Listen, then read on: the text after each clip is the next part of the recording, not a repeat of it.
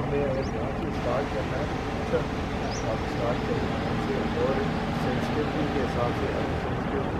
कम है तो 500 मीटर रखो, अगर सेंसिटिव ज़्यादा है तो 350 में जा सकते हो। तो यहाँ पे बनाने में कोई सेंसिटिव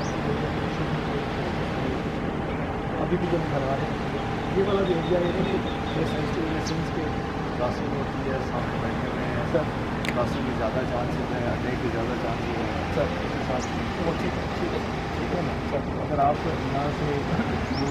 आप कहते हैं यहाँ पानी है, यहाँ पे क्लासिंग नहीं होती, आप आगे तक दूसरा कर सकते हैं, लेकिन ये नहीं कि आपके पास पानी के साथ आपको खुद एरिए को जाके देखा है, यूटिलाइज किया, उसको तो लग आता है यहाँ अभी सब पैदल में इतना नहीं चलते हैं यहाँ कभी काफ़ी गैप देना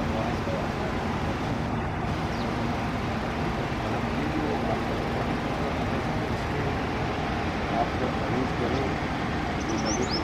सब और आपको देखिए एक दूसरे को आई कॉन्टेक्ट ये जो आप